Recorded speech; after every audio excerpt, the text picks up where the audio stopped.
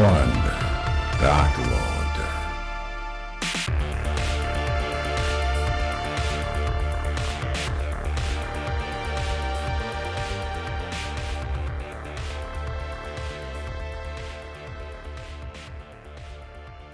Hey, I think we should probably officially start the podcast. Are we doing a podcast?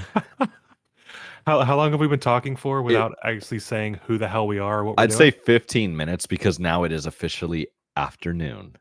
Welcome back to 321 Backlog. We are your host. I'm James, and this is my good friend Alec, who's joining me today. He is an expert in hair transplants.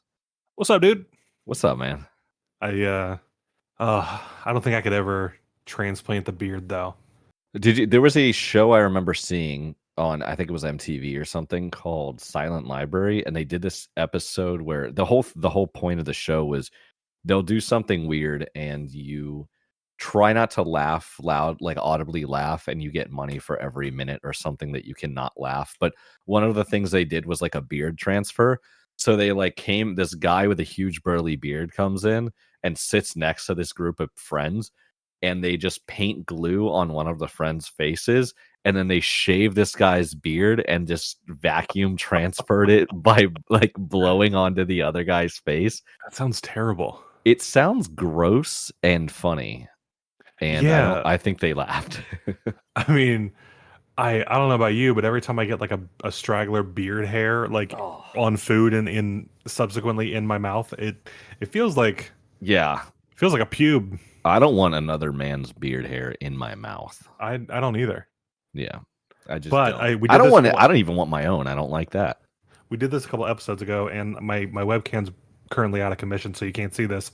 Yeah. But an update on 321 Beardcast. Yeah. We're up to 4 inches. Dude, mine is very short these days. I need to. Yeah. I don't know Looks if I good, need though. to. Thank you. I worked hard on it. I did nothing. I trim it every day. There's like the straggler hairs that stick out. I trim them off. I don't know if you do you put anything in your beard to keep it looking so perfectly formed? If I got stuff going on where I need to be talking with people face to face or on camera, I put a little oil in it. Okay. Maybe run the straightener through it. I got this beard straightening comb. It works? Yeah, it works pretty good. Each what are the parts of a comb called? The bristles, the teeth, the tongs, the tangs, teeth. the teeth. I think they're called teeth. Yeah, I don't like it, but yeah. A good portion of the teeth on this comb have heating pads on it. Oh, yeah, that's weird, man. Yeah, and it goes up you to don't burn yourself? degrees. No, the tips are plastic, so you have a barrier, so you can rub it against your skin, so it feels like you're combing normally. But a little bit farther off your skin is a several 100-degree hot iron. Yeah. I don't know. Maybe I would do something like that. Yeah. Yeah. Sometimes I do it a little too soon after getting out of the shower, and it boils off the sizzles. It sizzles and boils off the water. Oh, geez. And then I get smoke rising through my beard into my nose and shit. And then it stays extra hot and it hurts really bad. So I try to not do that. Did you got smoke coming off the beard? Yeah, I should try I wonder if I can try and take a picture while that's happening so you can see it, because it looks like my beard's on fire. Yeah, once you get a new webcam, a Logitech C920 or Razer Keo. I think I'm gonna get the Razer, dude. I'll get it right now, dude. I'll run out right. I will at the end of this session, I will break my webcam in half, and I'll have to get another one. And there we go. Are you gonna do you do the protection plans? I don't. I don't either. No, I don't think anybody does. I think that's what's keeping companies in business. I did once, and I needed to use it. And the fight you go through on what they consider is a manufacturing thing and what's not is ridiculous. Yeah. It's ready within an hour. One left in my town. You're going to get it from the Best Buy? I could get it today. I don't know why, but buying something in person to me feels better, even though Best Buy has a extremely short return window. It feels more real. Yeah. It feels tangible. That's why I do everything off Amazon, because it doesn't feel like I spent the money. If somebody sees me swiping my card or handing over that cash, it feels a lot worse But if Yeah. I'm like, oh, I just clicked a button, it's like, yeah, that transaction didn't happen, and I can If worry about there, it later. in retrospect, if there is a reason to choose one over the other, I'm not a very big fan of Razer software. Oh, really? However, Logitech's current software is not even installed on my computer. So I do have Razer software installed. So maybe that would be a big determining factor. I've got, like I said earlier, I got my Razer mouse, but a Logitech keyboard. The So you got it the all. I do like the Razer mouse, but I don't like any of the software with it. And I think the software that I have is kind of overkill because it does things that my particular mouse doesn't need. Right. Like RGB control, this doesn't have RGB. Well, it does, but I just pick a static color. I don't need it to Yeah. pulse on me. Actually, my Logitech pulses, and I need to change it.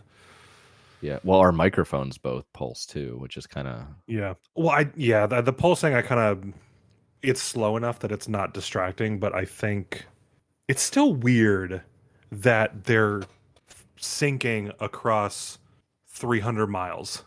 Like I can see on your webcam when it cycles to a certain color, and mine's doing the exact same thing. That is pretty strange. It really gets you into yeah. like a derealization kind of mindset. So Yeah. go Google that, You want me to close my listener. you want me to close out my webcam? No, it's all right. It just Thanks so much it's for just listening. weird. That wraps up our discussion. That wraps up our discussion for communist cameras. For communist cameras. Yeah, I mean, technically, right? Speaking of communist cameras, that's What are we talking about this week, man? What are we here to discuss? We're talking about the game Submerged Hidden Depths.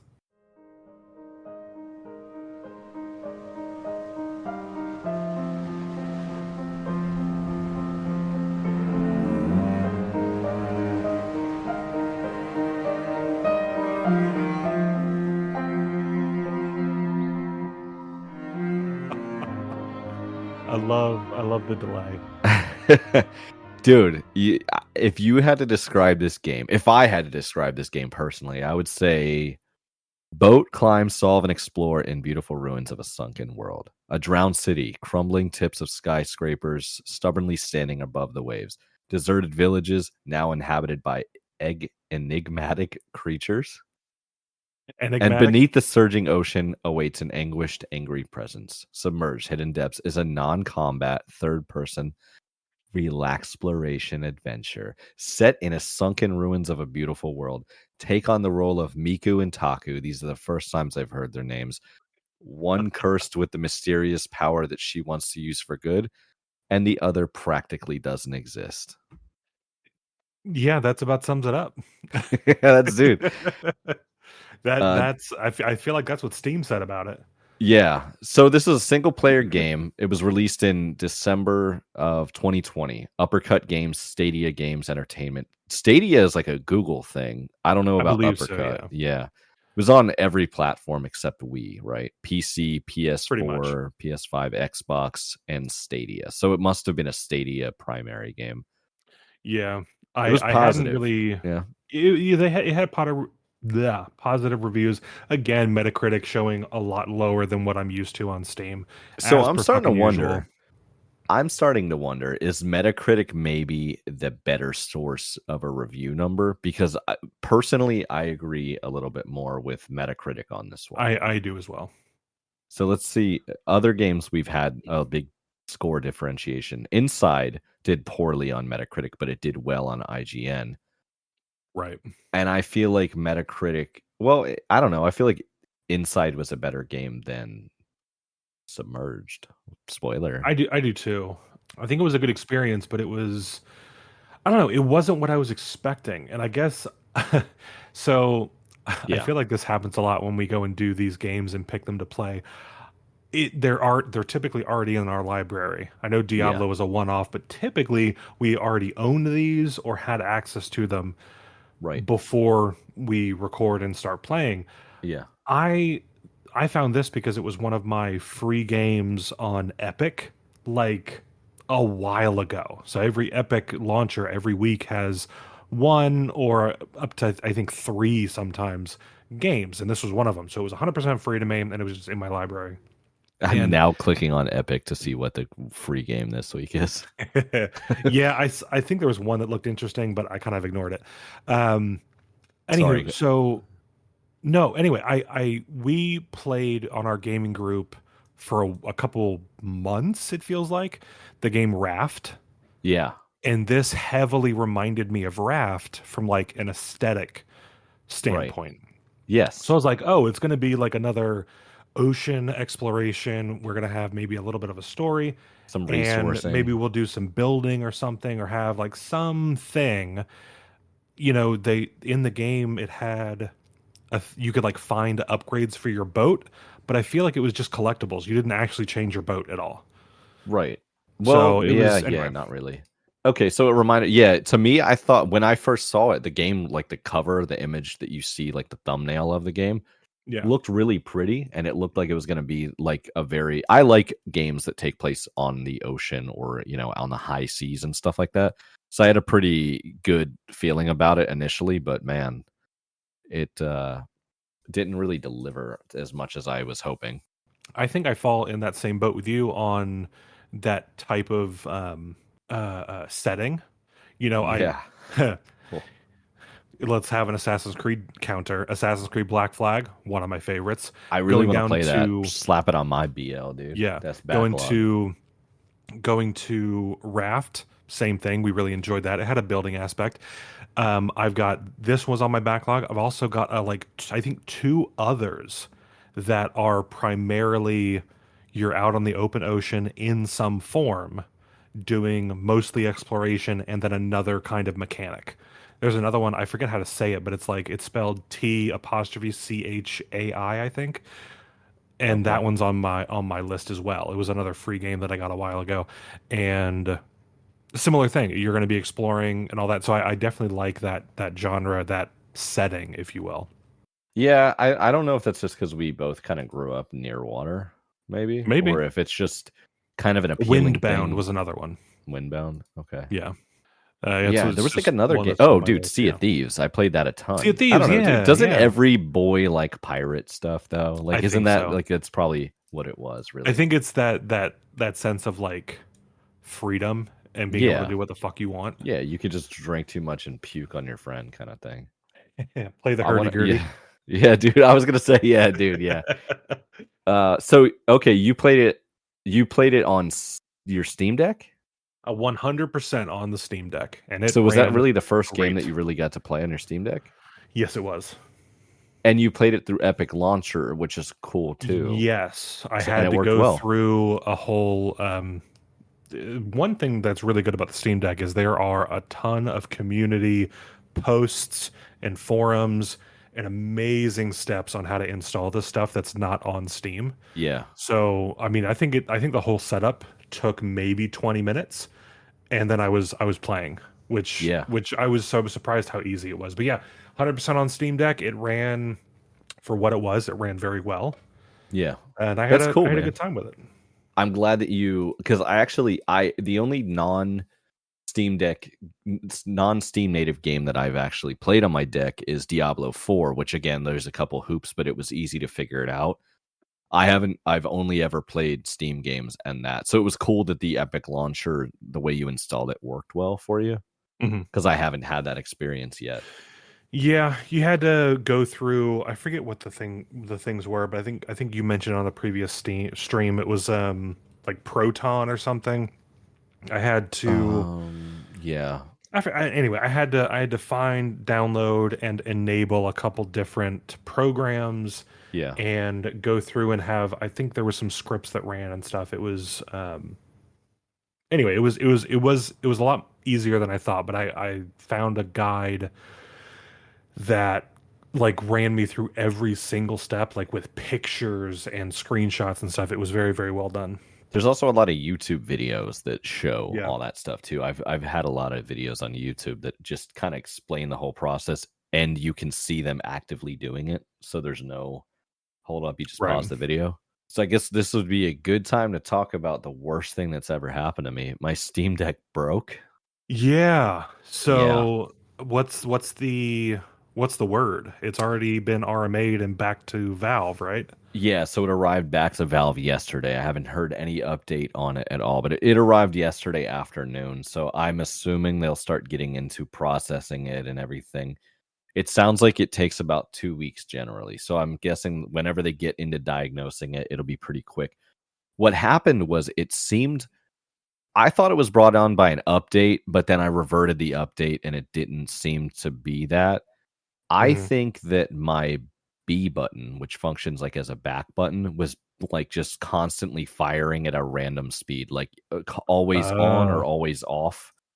And right. it wouldn't work. Like I couldn't actually hit B to back out of things. So I don't know if it was like overloadingly spamming it. But then when I thought it was a software issue, I tried to revert back to factory reset, and with it constantly spamming the back button during that, I thought it was going to brick my Steam Deck because again, I wasn't aware that it was spamming the B button. I just knew Right, that the right. B button wasn't working, and neither was the Steam and the like three dot button, whatever that is, the option Right, right. menu. So I thought the problem was different. So when I went to factory reset it, I think it screwed up the factory reset because the B button was spamming, and I thought I bricked my deck. And then like I'm texting you about it, like, yeah, it seems like my Steam Deck broke and it bricked or whatever. And then it just turns on and it actually did factory reset after being like I just set it down and I'd given up on it, and then like 15 minutes later, it like turned on again on its own. Man. So I don't know. We'll see how I have pretty good confidence in the RMA process. It seems like it was still under warranty. It seems like other people have had luck with it too. I Right, know it right. wasn't water damage. I know it wasn't, I keep everything very clean. So I know there wasn't Mhm. anything. And I didn't even use it that much. So Right, right. I think it was just maybe a faulty book chipset or something like that. And it's also Right. had a couple other things occur randomly. The Steam button, it sometimes wouldn't work until I reset it. I thought that's what was going on this time, but Mhm. I keeping on the conversation about the Steam Deck, and I might bring this up at the episode where this is relevant, but we've been talking about another game to play and yeah, possibly record soon. But I was running through that and I tried docking the Steam Deck for the first time. yeah, I did run into an issue where I couldn't get a Bluetooth control to work. But anyway, the part to call out is I was playing a when I was playing a game through Steam on my Steam Deck, docked, and when I used a Xbox controller, I got another screen that came up on the Steam Deck saying, "Hey, we know you're using a controller that's not Steam." And it gave me basically a little prompt saying like, here's the Steam Deck buttons, here's what Xbox should look like, here's what Nintendo should look like, here's what PlayStation should look like. And it was like, if it asks you to hit this button, look at your controller and you'll see which button corresponds to that. And I just thought it was kind of a nice little testament to how Valve is kind of taking into account the player experience. yeah. That screen would never exist on Xbox or on PlayStation because it No wants you to use native software and native equipment. hardware. But Yeah, yeah, but Valve's like, hey, I know you're going to be possibly using something that is got different button layouts, so hey, this might help out. And I it's thought that was really cool, and I showed that to my wife, and she didn't quite understand why I was she's so like excited. okay. She was like, "Okay, what's the deal? I don't understand." But anyway, I I thought agree that was with really that. cool. Yeah. I wanna dive more into, not now, but when you get time, I want to figure out this Bluetooth thing because if that's something that's wrong with your Steam Deck for whatever reason, Mhm. that needs to be taken care of as soon as possible because that Yeah, sucks. I That think limits headphone use, controller use. I That's a big I problem. I connected my Bluetooth headphones to it fine. I tried Mm, using the Xbox controller that came with my Series S, and it USBs fine. yeah. When I went to do strictly Bluetooth. wireless Bluetooth, it says it recognized it, but when I unplugged it, it didn't know, and the controller tried going back to my Xbox, even though my Xbox was like turned off. So I saw some Reddit posts from a while ago. I might Yeah. need to like plug in my Xbox controller to my PC and try to look at some updates for it. Yeah, there was. I remember I bought a brand new Xbox controller for my wife, and it didn't register on the Steam Deck because the firmware had to be updated. Right. But then I had a couple issues actually updating the firmware. I wasn't able to do it on my PC. I had to use her brand new Windows 11 laptop. So hopefully, Interesting. Well, funny enough, I just upgraded my laptop to Windows 11. okay, so theoretically you should have no issues with that. But I do remember brand new out of the box, it didn't work, updated firmware, and it was fine. Right. But then I also have the Elite Series 2 controller, Mhm. and it worked out of the box. I upgraded the firmware, and it did not work anymore on the Steam Deck, and I had to revert the firmware.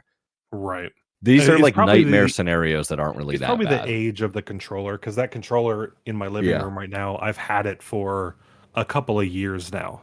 You know, in So, theory, if you plugged it into the Xbox, it would update, right?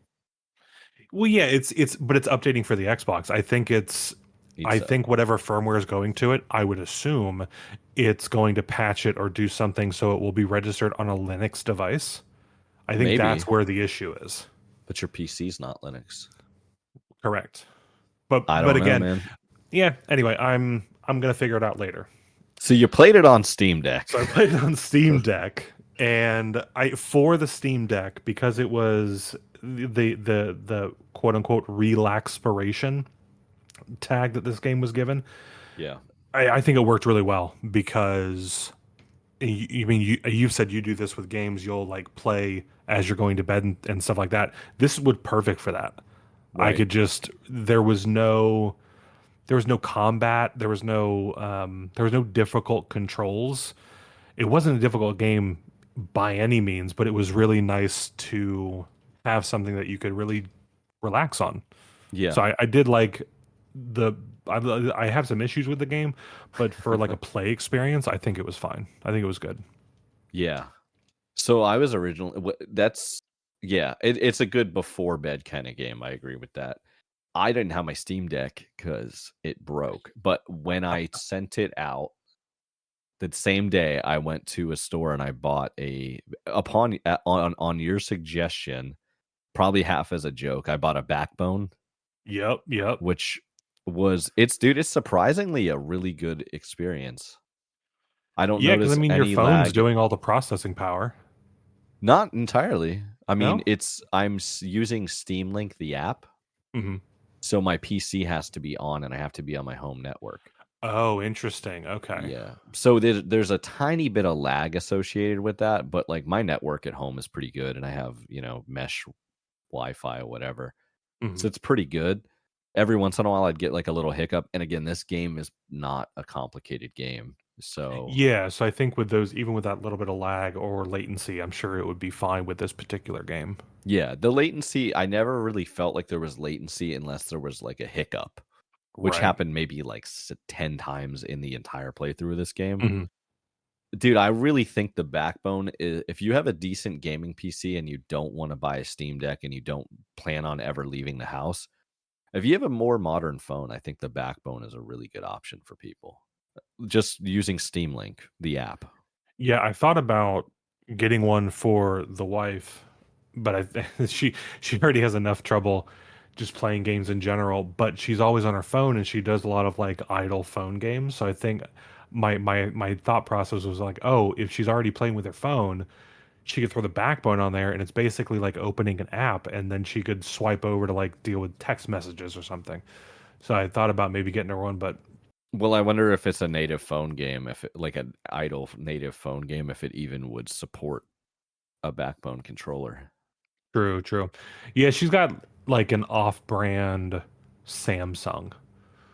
Like it's not like it's technically a Galaxy, but it's not like ever one that you hear about. It's Oh like one of the yeah, yeah. super base model Samsungs. Anyhow, Well, I don't. but Yeah, I it don't. performed well. It stood up to the test. The only thing that sucks about it is they are for mine. Using an iPhone, I had to buy the iPhone specific one, Yeah. and that kind of sucks because I think we just talked about this. I think that the next iPhone might be either wireless entirely Hmm. or USB-C, and therefore this thing is Yep. now pointless because I will either sell. I will get money for my current phone either way. I'll either sell it or Right. use it as a trade-in or something. That kind of sucks. I mean, it's a cool device, but I want to be able to use it. It's not like a controller you just hang on the wall and you take down if you want to play Sega. Like, it's meant for a specific phone to do specific things. So if that's the case, it will be pointless. But luckily, I don't care how anybody feels about this. I will still be within the return window when they announce the next phone, so I can make that determination if I want to be a dirtbag. Was there did the Backbone have any particular like software you had to download, or was it plug and play? It might have been plug and play, but there is a software associated with it. They try to sell you on this like $10 a month Backbone Plus. Oh, good lord! Thing, which allows you to have like a little bit of like a social media platform associated with using it, like achievements or something. You can track what your friends are doing. Nah, fuck but that. It might have been plug and play. I don't know, like if a game would just detect it. But it was pretty seamless to get it going. And the only thing, if I can complain about it, that I would say is annoying, there is a Backbone specific button that opens the Backbone app. So you can, I guess, view what your friends are doing. It is where I think the start button should be. If I'm going to pause a game, I will hit it and it'll take me to a different app entirely. And then I have to like swipe to the let me guess. One. I would assume right-hand side on that side of the controller. Yeah, from just your right hand, the analog stick. Yeah. Yep. And then that same button that I don't even fucking like being there also lights up when it's charging. So if I'm playing in bed before I go to sleep, it's like the brightest red button lit up, like pulsating. Right. It's literally, I mean, it's actually brighter than my screen when I'm trying to go to sleep. It's insane. It's fucking crazy. It's a deal breaker. But yeah, oh man. Yeah. And also it's not compatible with phone cases, which I always keep a case on my phones. Yep. So the first thing I do is I take my phone out of the case, Backbone up, and then that's how my phone charges for the night. I'm surprised they didn't. Well, it would be weird because they would have to have like an extra long USB, and then also all phone cases are so different. Like there's the thickies. Mine, I just got the OtterBox. I think it's called like the Defender, but it's the one that's fully like thick AF. It's thick as fuck, and it has triples the weight. A cover over the charging port to make it somewhat water resistant. I don't like so those. Like I have to peel that back to plug something in, and then it would rub up against the cord and all that. So there's no way you could get a snake a backbone on there. No. And that's why they do it. But it makes sense. But imagine if you had to take your entire I feel like my phone would be. Yeah, I don't know how big the Backbone is, but my Galaxy S23 Ultra might be too big. I mean, most like phone holders and stuff don't even fit this thing. Well, phone also that phone, the Samsung phones are really long and skinny. It's kind of like I'm not a fan of that. I like a phone I'm sorry, guys. I'm sorry, everybody. I like the iPhone's proportion, screen ratio size. I've used both. I'm very proficient in Android and iOS, but I have to use an iPhone for my job. Sorry, guys. I think if Apple didn't lock me out of my Apple TV because I didn't have an available Apple product to reset my password, I probably would have gone to them. You have an Apple TV? I have the application, the service Apple TV, and I forgot my password. Because we like Ted Lasso. We watch it for one fucking show. When the show ended, I canceled the fucking thing because there's nothing else on there for me. Yeah. I basically tried recovering it. I didn't have an Apple device that I could use. It made me wait. It said, I got an email. We are going to email you in 14 days, not within 14 days. We're going to email you in 14 days at this time. And then you can use that link to recover your account. You will get a message to your Apple Watch in which I want you to respond using your AirPod Pro Max. It's so stupid. It's so stupid. Apple can eat it. I don't like it. Yeah. Anyway, they're really nasty about that. This is no longer a video game podcast. This is only about technology. Brother, Alec, my friend. Did you know this is a fucking sequel? What? Yeah, dude. This. We played the second game without playing the Yeah. first game. Yep. I feel sick inside. I knew What's that. it a I sequel found that from? out after I beat it. But yeah, What? there's a game called Submerged. And no. yeah. So it's a third person combat free game. But yeah, I just thought that was pretty funny. It also kind of, I mean, it looks almost like the same game, but Are we sure Hidden Depths isn't like the pro version or like the one that had the DLCs included kind of bullshit? I think it's different because in this game, even the boat looks different. And it's a Oh. sequel. The little boy is younger. He's like a true boy. So No. it doesn't matter. It's a $20 game. I would never pay. No. I mean, But after playing the second one, I would not pay $20 for that first one because no, it's gonna be yeah. it's gonna be inherently worse. Yeah, well, dude, it's kind of Oh, crazy to say, wow. but just looking at the videos of the first game, it almost looks like they had more features in it, kind of. Or it maybe the graphics aren't as good, but the game looks like it might have been like more Oh, expanded on. wow. Yeah, I'm looking at pictures now. I see what they're. It looks. Yeah. Okay. I Yeah, think that's if just I crazy played though, this because it's first, definitely not marketed as a sequel. No, it's not. I think if I played Submerged first, I maybe would have appreciated Hidden Depths more. I don't even know if I would have, man. But I only feel like only because so I'm looking. The thumbnail I'm looking at is the one where the whale is coming out of the same. water. Yeah. Look, and you see that like overgrowth on him. Yeah. On it. And then when we go over to Submerged Hidden Depths, every animal is like 100% plant growth. So it's showing that like that it's showing where it started versus where it ended, which is what we Yeah. played. So I like that kind of stuff where the environment's telling more of the story. But other than that, it all looks just like a less polished version of what we played. I agree. Yeah. So It's yeah, funny though. It's just it's odd that they made a sequel of that game at all because it just doesn't really. I don't know. It's fun. I thought that was really funny because I know that you like to play games in the order that they come out in, and I know this one was free, and it didn't say, it wasn't Submerged 2. It was Submerged. Right. It could have been Submerged 2 Hidden Depths, and then that's a bad marketing on their part because they probably could have gotten more people to buy the first game. We've done this a few times. Like what would be one like Inside versus Limbo? I heard and learned about Inside first.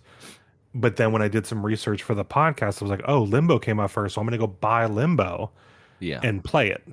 And that, so, so they marketing let them down. Yeah. So, okay, I wonder if the first game was actually a Stadia exclusive, like a Stadia game. Well, it looks like it initially came out back in 2015. So I don't know how old Stadia is.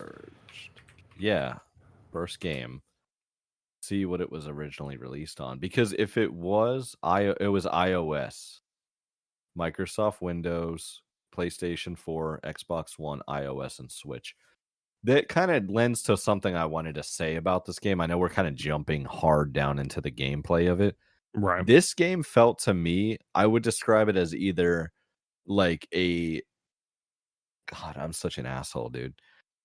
Feel like I would describe this game as feeling like a college student's very well polished like end of the year project. Or the Hidden Depths or the first one. We're talking about Hidden Depths. Yeah. Or like a fucking mobile game. It felt like a mobile game to me, like something that was just iPhone or whatever. So it coming out as from Stadia Games made sense to me. And then seeing that like it was on all these platforms, including iOS, kind of makes me wonder if the original game was essentially made. Submerged was made by a team of former BioShock developers. Really? Again, very kind of strange that they picked like cities out in the middle of the water. Like, people just love, they love getting wet, man.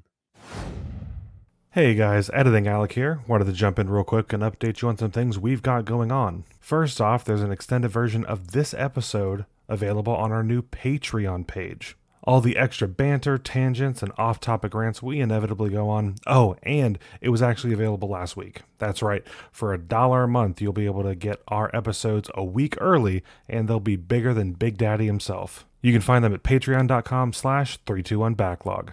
We're going to start with this episode and all game discussion episodes moving forward. Also, while you're tracking down our extra content, consider giving us a follow on our socials, 321 Backlog on TikTok, Instagram, and whatever Twitter happens to be called this week. All right, so to recap, check out our Patreon, our socials, and we'll get back to the episode. Well, let's talk a little bit more about, before we get into like how we took the story and gameplay and all that, just to run through, how did you like the graphics overall? It was a good looking game, dude. It really was. It was. Yeah. Playing it on my phone, it looked perfect. Like I don't know. Mm-hmm. It was visually very appealing. The water was cool. I wish you could. If you tilted the camera up, you could look down into the water a little bit. And I only did that like near the end of my playthrough. But it was visually a very nice game. I liked the colors when it got dark and the flowers would light up and I'm a sucker for a dark room with bright colors in it, like neon iridescent colors. That looked really good. It was graphically there. I don't really think I put an 8 out of 10 on it, but I guess for the art style, I guess you could say it was a 10 out of 10 because it looked good and the frame rate was solid and everything. Would you agree? I think because of the verbiage you used, I think the art style was a 10 out of 10. The how it was executed graphically, I think, was a little bit lower. So there were some times where like water's tricky, right, to animate and make digital. So some of the collisions it had with some of the environment was a little off. I didn't notice it. You know, if I had some issues with, and I think the bigger your screen gets that you're playing this, you're going to notice these things more. But you know, when you're looking at the characters and their hair moves or their head moves, it just looks like they're wearing a hair helmet, or the jewelry and stuff on her wrist just collides with things, just little things like that. You're right. I'm gonna give it a fucking 7. But no, I think the art style was really, really good. It's just some of that stuff was a little bit difficult to execute. The term that the kids they weren't janky. They weren't using like Unreal Engine by any means, so it was a little lower in quality. Dude, were they though? Because I think they might have used Unreal Engine for this. Oh, were they? Can we find that out? Yeah, Jamie, can you look that up? I've been playing a lot of Little Nightmares, and that I think does. Okay, let's see here. Unreal Engine 4. Oh, dude. Well, fuck. Scrap it. What were you gonna say? Quick backlog builders for a moment. It'll probably be gone by the time this airs, but Assassin's Creed Valhalla is $14 on Epic. It's one of their deals of the week. I wonder if it would be the same price. Valhalla, yeah, the Viking one. I haven't finished it yet. It's a pretty good game. I just haven't finished it yet. What? Yeah. Wow. Very mixed reviews on Steam. They were starting to get back into what Assassin's Creed games are. Yeah. But they didn't want a hard pivot because they went Origins, which was good, borderline. Then they got into Odyssey, which was like a big 180, and they had to come back and make it more assassin-y. So they started bringing in the Vikings, but it had a good mix of like your typical like combat. fighter combat and then assassin stuff. So they're trying to slowly bring it back. And who the fuck isn't a sucker for like Viking mythology stuff? Yeah, and I think they were also piggybacking off of the Norse mythology craze that's been happening over the last couple years. You know, Marvel's got it. This has got it. God of War has got it. There's several TV shows. Uhtred, son of Uhtred. So there's tons of. I am Uhtred, son of Uhtred. I am Uhtred, son of Uhtred. Dude, I love saying anytime someone asks me to do something, you just give them the Uhtred response of like, I will do no such thing. They're like, can you do the dishes? I will do no such thing. Oh man. Such a good show. It was. I liked that show. It was. Yeah. It was a little rough if you binged it. So some TV shows are not bingeable because it gets really repetitive. Yeah. That one guy was borderline, but Destiny is all. Did the Borat? All right. Graphics who sucked. who is in our chat right now? What is that picture? I don't know. That was like one of the images that I saw for the webcam, Oh my god. and I was just like, "Yeah, That can be our Jamie. I love posting pictures of people's faces on reviews for things because they'll like, I don't know. It's a thing I've always done. Oh man. What would Tommy Tallarico do, man? Tommy Tallarico would ask about the sound quality of this game. It was fine. I don't know. The music was good, right? The music was Yes. okay. I kind of feel like this is somebody's college project right at the end of the year for graphic design. I feel like they bought a package of music from somebody, Right. and they got like 3 songs, and they're like, we got to fucking use them all, and we got to use them a lot, and we got to make it work, and it's going to be an 8 out of 10. None of the songs were unpleasant. None of the sound quality was bad. It fit the relaxing vibe. Yeah. And that's about it. Yeah, I feel like there's so little to say about it. I kind of feel bad. And it's surprising because you can go on Steam and you know how they have extras for games. You can buy the soundtrack for like $20. Yeah, I'll fucking Which is get right crazy. on that, dude. Yeah. It's $12. And then the last thing before the actual game itself, Dude, I can't wait to talk about this. Voice acting. If you're a fan of Linda Garrett, the viola player, then you were the target audience for this. Who in the hell is soundtrack? She played the viola for this game. I don't know, man. That's I'm not just a real reading the instrument. soundtrack here. Oh my god. The song, dude, what? There were 32 tracks for this game. That's surprising. I honestly heard 2 songs. But I guess there was like maybe a little jingle here and there. I think it was supposed to be seamless. So, Sure. if you're on the water and then you go do one of the little puzzles, it's supposed to kind of ease into it. Make you Would you feel say relaxed you're now converted into being a huge fan of Jeff Van Dyke? all the time. That's yeah. So, Voice acting. I'm on the excited voice about acting, this. I You better fucking hate it. I didn't like it. Dude, So, yes. I had the same problem with Ori and the Blind Forest. Yes, dude. I'm so glad you said it. Because I- if you said it was fine at all, if you had anything, don't say anything good about it. The people that were in the booth saying these words, quote unquote, words and sounds in their recording studio, they sounded fine. However, the problem I had is that they're not speaking. I say English because I speak and understand English, but it's not that it was English. They're not speaking a language that I understand when they're in a world where I'm seeing buildings with English words on them. Yeah. And that's where I was confused.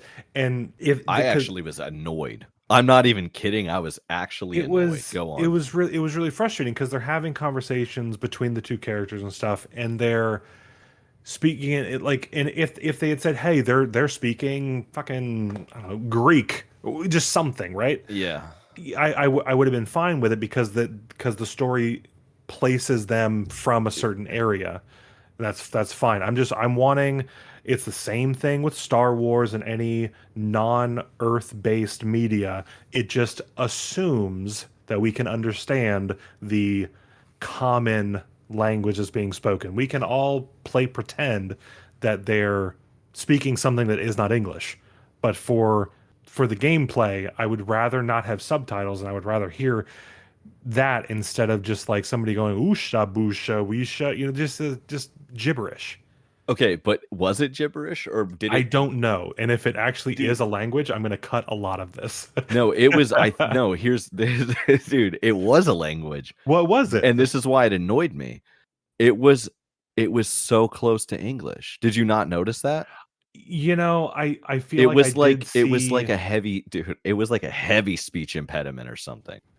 Hidden Depths language. Dude, it was like a heavy speech impediment on the English language. Like, I think there was a part where you get out of the boat and Miku, that's the girl, tells Taku, that's the boy, to stay here. But she says, like, stay here. It's like Yeah, it's yeah. almost English, and it's like just fucking use English. Like it Let's doesn't. see. Nichegamer.com. When starting Submerged Hidden Depths, you're presented with some exposition text and a brief cutscene, and then you're jumping right into the game. Two siblings speak in a made-up language, but I found it odd that they would occasionally say a word or two in English. Yeah, Like it was like to me, it honestly that's sounded the problem like I had. I feel like they they had like they ate a really hot bowl of soup the day before, and they both had like severe tongue they burns. in But they're like, some we have to go degree on this journey. in some degree they paid Yeah, for a dude. voice actor for two of them.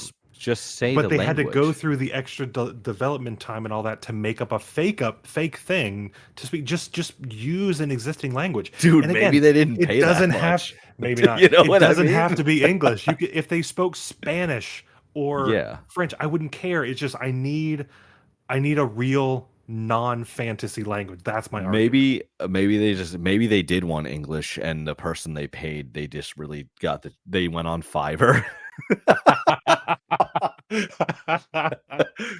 They went on Fiverr and they just took the cheapest bid, and the guy was like, "Still hell, I got that, no problem."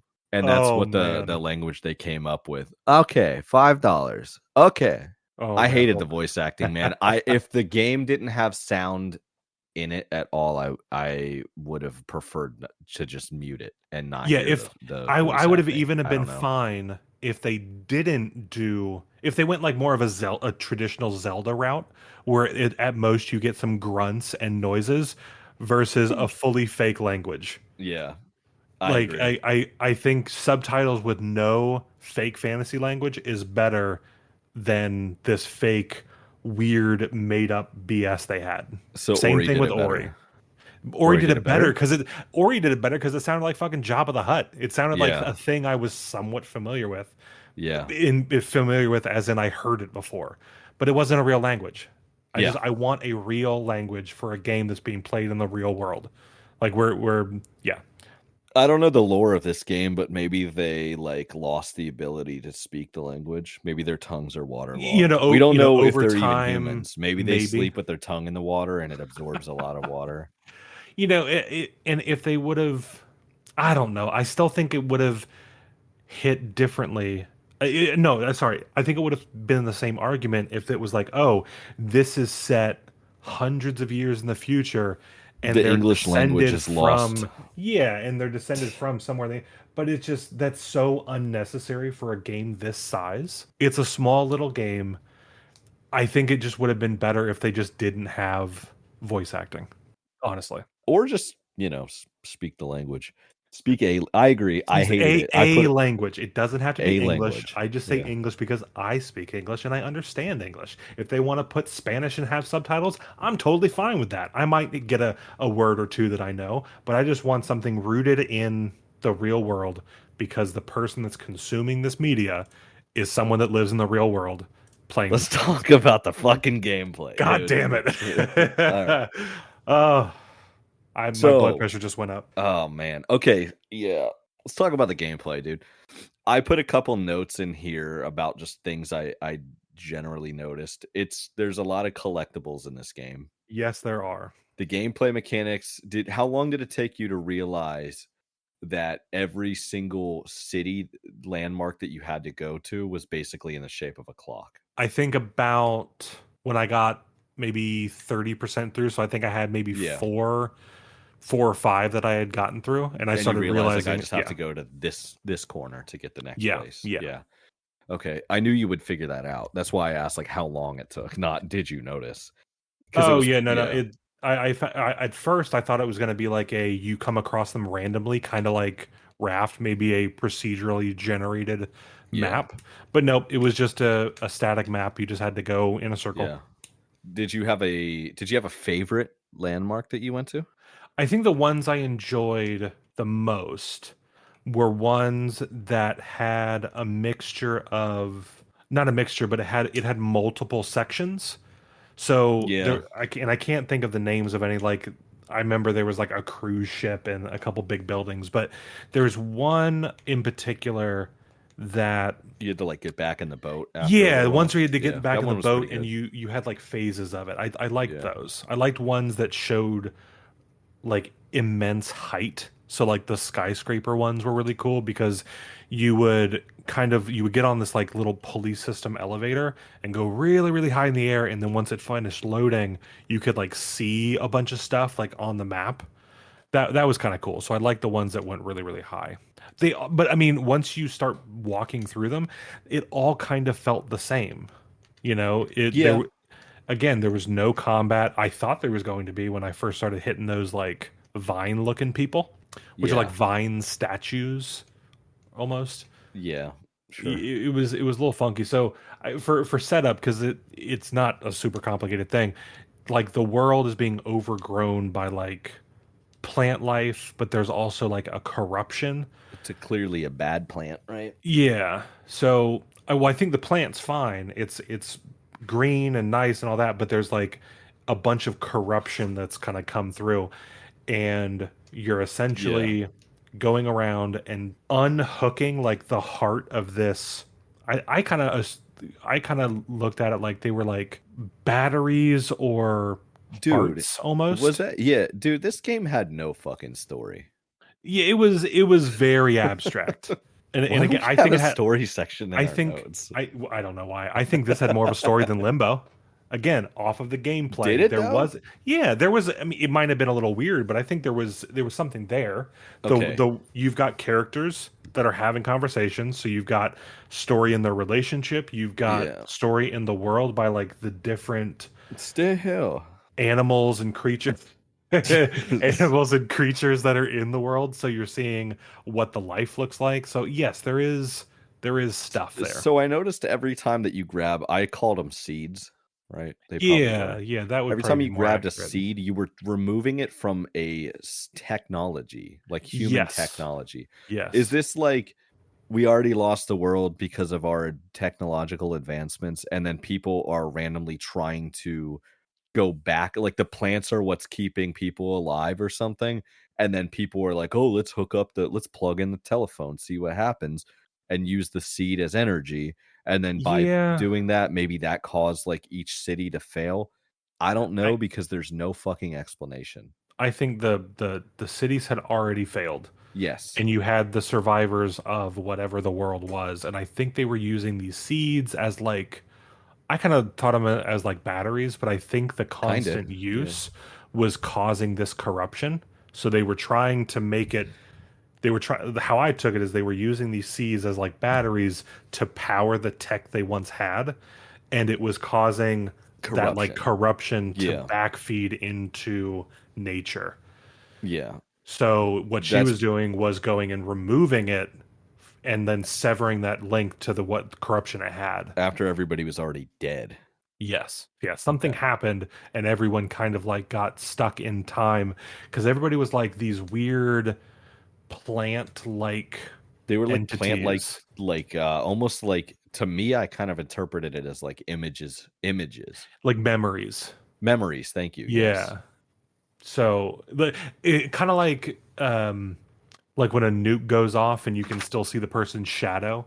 It's like a big bad thing. I don't like it either. A big bad thing happened, and you have this like plant life echo of what the person was. Okay. And it was creepy too, because when you walk up to them, they started moving slightly. Yeah. Which creeped me out at first, but I was like, oh, because I thought I was going to like start a combat encounter, but it was just like a little memory of them still living, which was kind of cool. So that's kind of the setup. Yeah. Did you get the collectibles? It was a big part of some of them. I got some of them. I found a couple that were, every time you find one, it's like, oh, here's a journal entry, or here's a boat upgrade, which didn't do anything. The boat upgrade gave you a little bit longer time on your like turbo mode. Oh, that's it? Yeah. All right. Well, did you? So all right, cool. Yeah, that was the only thing that was useful in the whole game, really.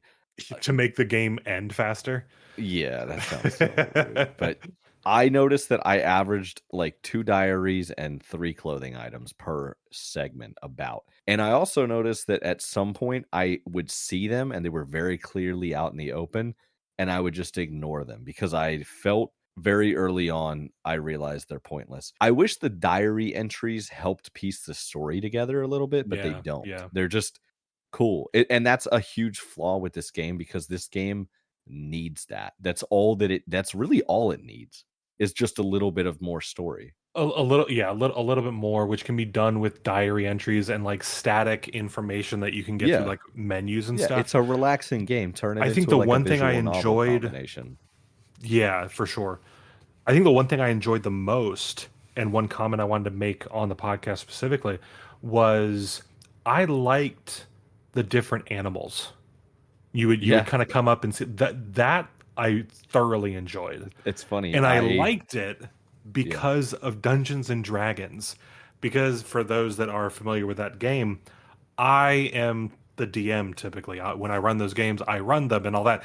This game was giving me huge ideas for like a campaign area. So I started this game thinking it was like Raft and you were going to have one thing, and then it turned into like I'm getting like tons of ideas for just ideas to use for a completely different type of game. Cool. So I didn't get inspired at all.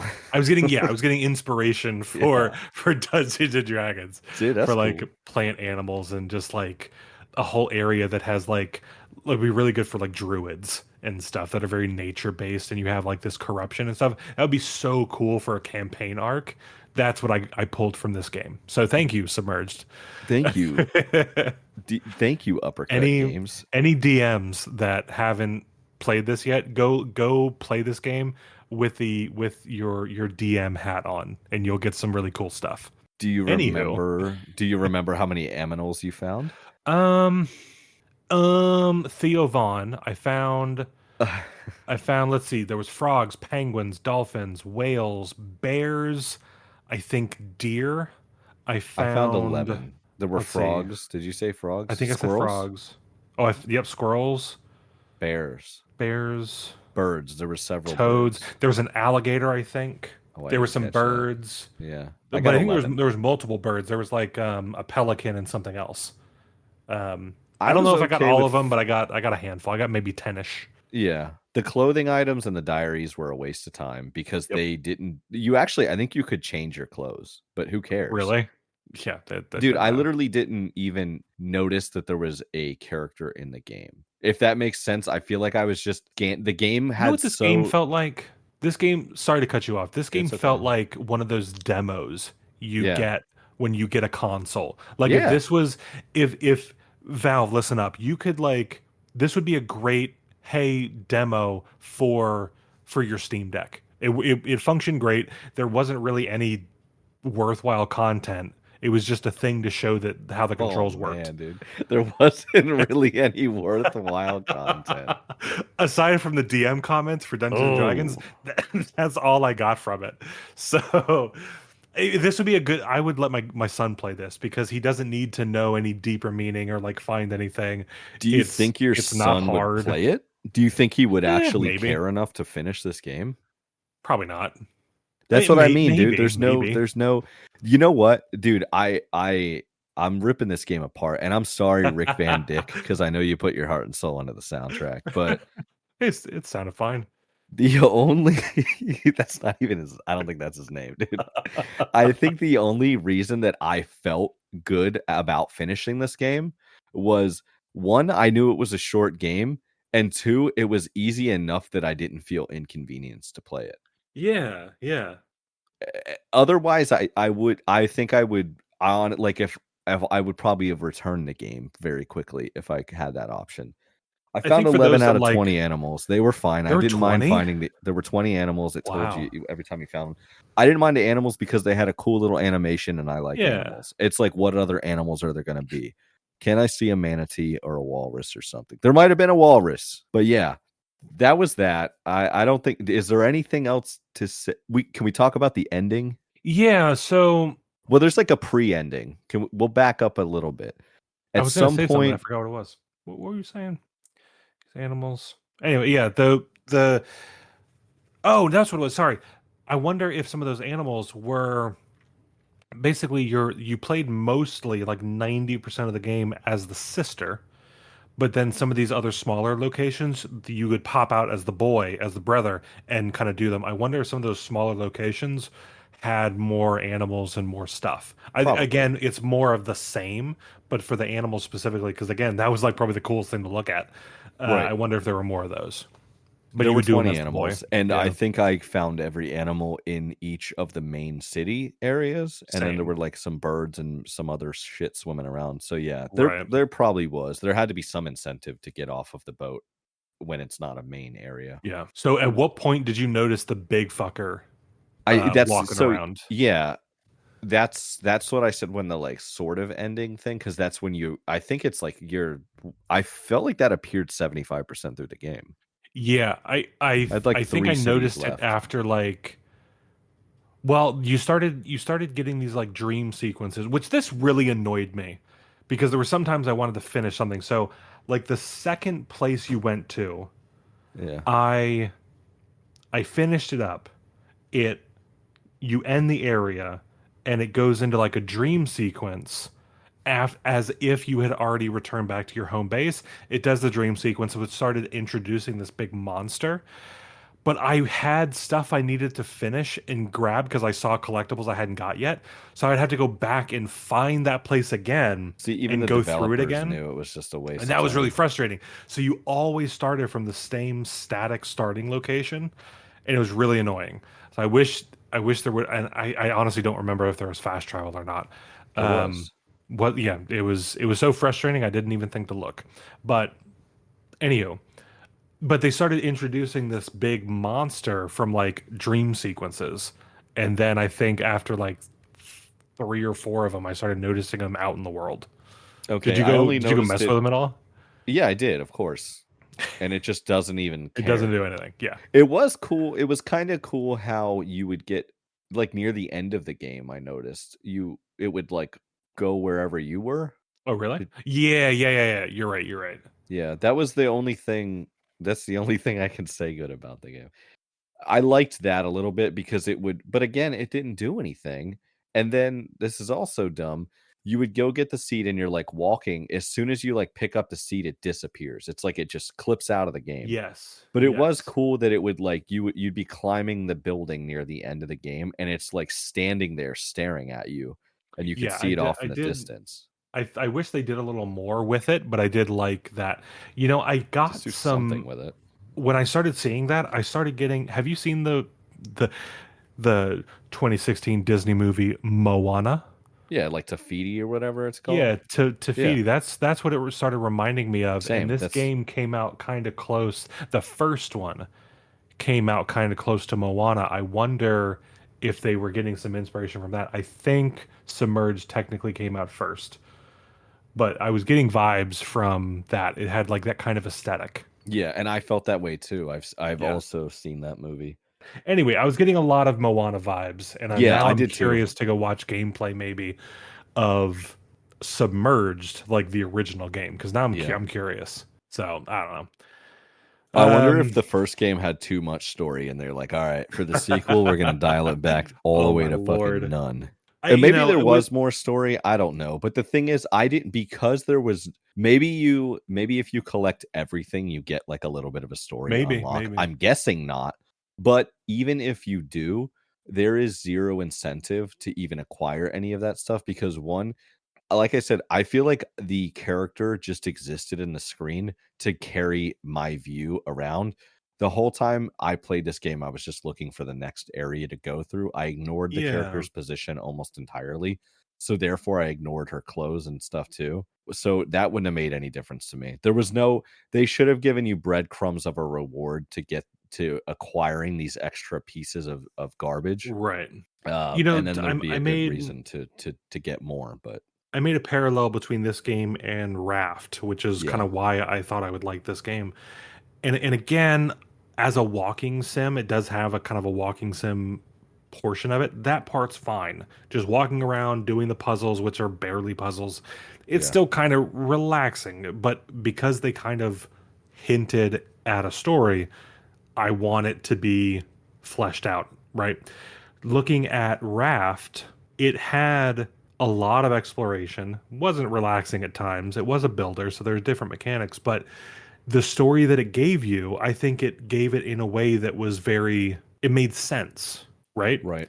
I think this game could have taken a lot of notes from a game like Raft for how they portrayed the story. Because what in Raft there was like, I mean, four, maybe five story locations, Like big story locations. yeah, and that was it. And you got a decent story from only a couple locations. Submerged Hidden Depths gave you 12 places and told a very scattered like story experience, and it was all over the place, very convoluted, very abstract story. Yeah. And I think it could have been it could have been done a lot better if they took some notes from Raft. If you want to go, if we could just dial back a tiny bit, you said like Limbo didn't have a story or whatever, but at least Limbo Again, gave you the option to comparing the consider two. things. Yeah, at least True, Limbo true. as a game without like a true story, it gives you like it provokes a lot of thought. This game really didn't. Yeah, that's true. Also, True. the name of the game Submerged, like you don't even go underwater. Like this game should have been called fucking the Float. world the Like the world, honestly, the world cool. itself has been submerged. I Yeah, think but is like what they were call going it, dude. for. When I saw it, I thought we were going to go like underwater. In a yellow submarine. Yeah, yeah, sure. Yeah, There weren't even beetles in this game, and that's another thing I have to be upset about. it was called Submerged Hidden Depths. Only the ruins of the world were submerged, and the characters climbed. You didn't even go into the depths. You went up. There was no submerging. There was just ascending. Oh, Miku man. and Taku, if those are their names, and the way they talk, their names were probably actually Michael and Taco. Michael and Tanya explore the depths of New York City. Oh my god, man. Okay, Lord. did you love it? Are you gonna buy the original game? Nope. No. What if it's free? Will you play it? I think I might skim a playthrough on YouTube if one exists for the original game, because I want to see how much of a sequel it was. I want to go see, was there a big monster? Was there a corruption? What was it? I'm just curious. The ending of the game was extremely predictable too, right? From what I remember, it was like, nah, all right. Yeah, I know. It was like, yeah, all right. Now I can finally go to bed. Good night. Yeah, it was, and I think this is the part that gave me big Moana vibes, because you finish the last place, and I think instead of a dream sequence, the big old monster is just like looming over your home base, and you just get real close to him, and I think didn't she like touch him and the corruption went away or something, or like it killed it or something like that. I can't remember exactly what happened. Exploded and they were splintered to death. No, she like passes out, and then Taco like picks her up and brings Michael to the giant Tafiti, and then I think he just feeds her to it, the giant monster. It's kind of what it seemed like, and he just brings her to it, and then it becomes a huge tree.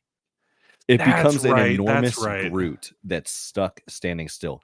That was the only thing that was unpredictable about it, is that it basically became like a completely static object. I expected it to walk around as a healed, beautiful plant thing. Where again in Moana, the Tafiti is just, it's corrupted. They remove the corruption, and then it would be a continuously moving thing. But or not continuous, but it would return back to nature. Yeah, I thought it was going to be something like that, but yeah, it ended up being like kind of similar, like a bigger version of what we've been seeing, but with like more branches and shit. Yeah. Wait. So Michael and Taco, one cursed with a mysterious power that she wants to use for good. What was her mysterious power? She has flowers on her arm. I think. Like, what did she do? What was her power? Because it doesn't. I think it was like a special connection to nature, because she could. Cool. Basically, I think she had the innate ability, and maybe like a passive ability, to push back some of this corruption. So remember, as you were walking through these areas, the black ichor and stuff would like melt away from these memories of people. Yeah. And they would turn into like a more blossoming, green vined blooming version of themselves. And when she Yeah. went away, it would then revert back and that corruption would take over. So It's she pretty kind of lame had this like power. weird natural ability to fight the corruption. So I think that's what That's the right power up there was. with Doom Stage 2, bro. Not really a cool power. Yeah, I think it was more of a passive thing. Then why was Taco so fucking skeptical about her? I Like, think be- why I was think he like? because every time she completed one of these sections, she was very like physically worn out.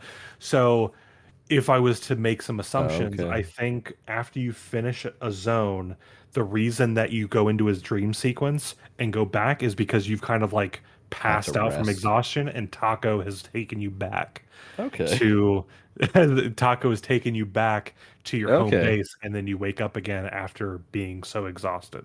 That's why I like having these discussions with you because I feel like that like opens it a little bit more for We're me, and I giving it a don't think lot I of had shit, that but thought it's process. yeah, we're giving us a lot of shit, but they presented some things and I'm gonna break it apart because I think there was some gaps in stuff. So, but no, that's how I kind of took a lot of that.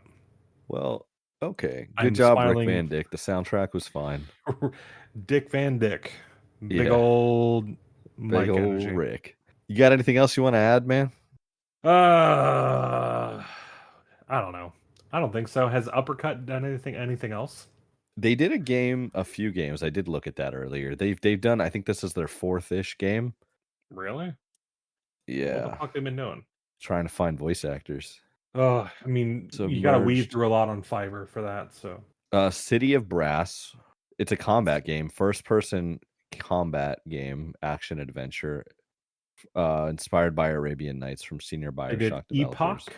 I don't know what Epoch Epoch is is. like a Brash, post-apocalyptic there's robot combat. Danger Dodgers. Oh Lord. City of Epoch Brass looks 2. all right to me, A man. game called Contact Us, Support, Privacy Policy, and About. I haven't heard of those. Uh,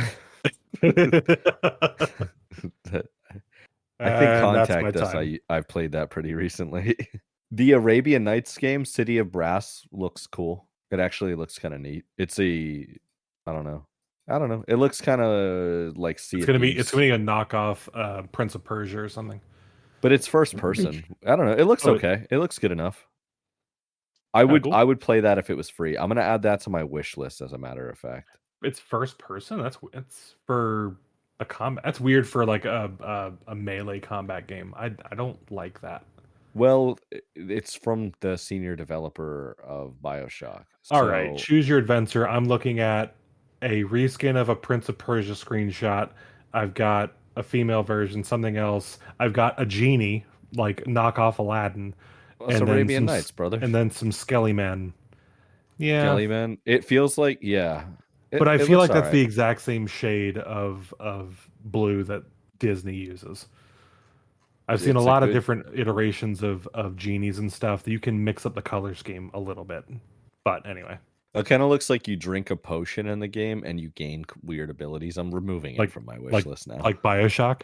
Yeah, no, it has a very BioShock feel. That's what I'm saying. Yeah. Yeah.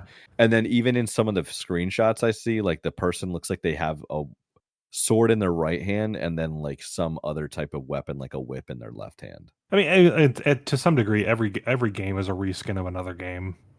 Like Except for Death Stranding, which was an yeah, entirely new genre of game. that's right. Kojima, we miss you. Probably our worst set of episodes because it was just me. I was That ill, sounded man. I a was lot sick. negative. That I sounded was more sick, negative than and I you're a meant it. good guy. Don't you dare.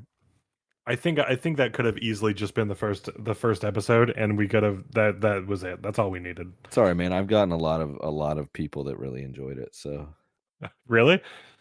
I Have you been hope. talking to people? No, not really. I've been trying to hawk our podcast as much as I can. I think I need to try, but it's difficult for me to do it work. Yeah. So anything you want to add about this game? No, I think we could kind of wrap up our discussion on this. I think overall it was a fine handheld game, relaxing game to not really dive too deep into their quote unquote story. It was a good game to kill time. Yeah. So, speaking of killing time, so we need to talk about our next episode, and we are going to be going into spooky season. Yeah. So we've had a little discussion going back and forth. I think we can easily announce our next game, and I kind of want to give a teaser for the game after that, and then leave the game that's going to be released basically on Halloween. We're gonna save that one for a little bit. Okay. So Yeah. our next game is going to be Little Nightmares, and our follow-up game to stay spooky. We're gonna have 3 spookies for the month of October. Our second one after that is going to be We Happy Few. I'm giving you 2 because we got one small game and one that's a little longer. It'll give everybody time to jump in And shiver around, and get really primed for Halloween and spooky times. Until next time, guys, that's going to do it for us.